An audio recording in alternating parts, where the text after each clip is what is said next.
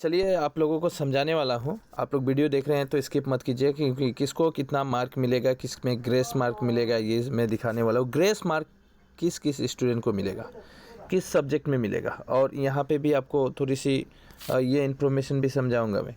ठीक है, पहले समझा लेता हूँ। देखिए, ये पेपर है, ये पहले का था, पहले का सर्टिफिकेट है। अभी देखिए होता क्या है, अभी थोड़ा सेक्शन अलग है, सेम पॉइंट पे रहेगा, प्रैक्टिकल रहेगा। देखिए, प्रैक्टिकल रहेगा आपका, अभी सिस्टम अलग है। प्रैक्टिकल रहेगा आपका 10 मार्क, जिसमें यहाँ पे प्रैक्टिकल मार्क दिया जाएगा। तो ग्रेस मार्क किसको मिलेगा, नहीं मिलेगा, सबसे पहले जानने से पहले आपको ये जानना पड़ेगा कि आप जो एग्ज़ाम दे रहे हैं उसमें 2 सेक्शन डिवाइड है। एक होता है MCQ और एक होता है डिस्क्रिप्टिव पेपर। ठीक है, MCQ में 45 मार्क का है, डिस्क्रिप्टिव पेपर भी 45 मार्क का है। इतना तो सबको मालूम था। पास करना तो दोनों ज़रूरी है, दोनों पेपर। लेकिन होता क्या है कि MCQ पेपर में आपको 40 नंबर लाना कंपलसरी है, और ये डिस्क्रिप्टिव पेपर में 30 नंबर लाना कंपलसरी है, राइट। लेकिन अगर कोई स्टूडेंट MCQ में मार्क कम लाता है, मार्क कम लाया, 14 की जगह मान के चलो तुम 9 मार्क लेके आ गया, ये 10 मार्क लेके आया, और आप डिस्क्रिप्टिव पेपर में मान के चलिए 45 मार्क का है और 25 लेके आ जाते हैं, तो क्या स्टूडेंट पास करेगा? नहीं, स्टूडेंट फेल करेगा। क्योंकि MCQ जो है, ध्यान देने वाला बात है, MCQ पेपर में आपको कोई भी छूट नहीं है। MCQ में कोई एक्सक्यूज़ नहीं है। MCQ पेपर एकदम 100% करेक्ट करना पड़ेगा। 14 मार्क खुद का दम पे लाना है। एग्जामिनर यहाँ पे ग्रेस नहीं देता है, ध्यान देना है। MCQ में कोई ग्रेस नहीं मिलेगा। MCQ जिसका भी खराब जाएगा वो फेल है। चाहे वो मान के चलिए कोई लड़का है राम, अगर वो MCQ में 12 मार्क लेके आता है और डिस्क्रिप्टिव पेपर में कोई एक इंग्लिश का ही पेपर मैं मान लेता हूँ, समथिंग एग्जाम्पल इंग्लिश पेपर खिनी मैं लो तेखेते MCQ 12 मार्क अचिव करिले और जुदी डिस्क्रिप्टिव पेपर तेखेते जुदी 45 एग्जाम হয় নহয় জানো, যদি 40 লৈ আহে তেনেহ'লে এই ষ্টুডেণ্টজনে ফেল কৰিব, कारण তেখেতে MCQ টো বেয়া কৰিলে। MCQ फेल किया है इसलिए उसको फेल कर दिया जाएगा। नेक्स्ट एक और श्याम, मैं धरि ललो आरो एजन लड़ा श्याम, तेखेते की करिले MCQ में बंदा ने क्या किया कि 14 में 14 लाया है।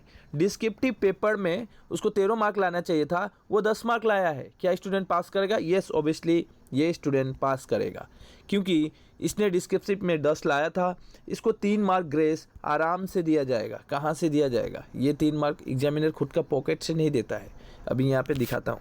मान के चलिए एक जो स्टूडेंट है, इसका यहाँ पे 45 मार्क आया था MIL में, दैट्स वेरी 45 मार्क अचीव किया है, लेकिन पास मार्क तो सिर्फ 30 चाहिए था। ये स्टूडेंट ने 15 मार्क ज़्यादा लेकर बैठा है एक सब्जेक्ट में। 15 मार्क ज़्यादा लेके बैठा है एक सब्जेक्ट में। कहते एटा सब्जेक्टर 15 मार्क बेसि लई एटू बहि आछे, कारण 30 मार्कत हे पास होब लागे। एतिया कि होब?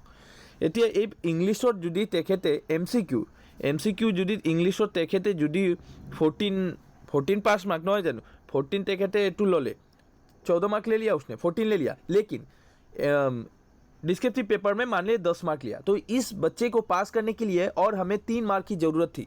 ये 3 मार्क एग्जामिनर यहाँ से लेके आएगा। ये जो आपका 15 मार्क था, राइट, आपने 15 मार्क एक्स्ट्रा लेके बैठा है, तो ये 15 मार्क से आपका 3 मार्क माइनस कीजिए, मतलब यहाँ पे 3 मार्क उठा के इसको दे देगा कि तुम ले लो, मतलब 3 मार्क यहाँ पे ऐड हो जाएगा इंग्लिश पेपर में, और आपको इसी का कहा जाता है ग्रेस मार्क, और आप वो पेपर पास कर जाइएगा।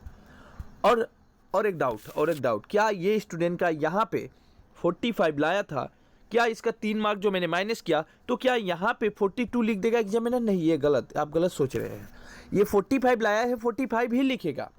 आपने जितना मार्क उठाया है, अपना लोग जिमान मार्क हेतु लले एटुए लिखिब, इते प्रिंट टू एटुए थाकिब, किन्तु हेतु हिडेन मतलब अंडरग्राउंड भीतर ही बात है। भीतर हिडन वाइज ये 3 मार्क इसको दे दिया है, किसी को मालूम नहीं चलेगा, लेकिन वो 3 मार्क वहाँ से उठा के लाके दे दिया है और आप पास कर लिए हैं। ठीक है, तो ओवरऑल जब मार्क को काउंट करके प्लस कीजिएगा तो आपको सब हिसाब किताब मिल जाएगा। ठीक है, ये हो गया। मैंने डिस्क्रिप्टिव मैंने ग्रेस मार्क को बात बोल दिया।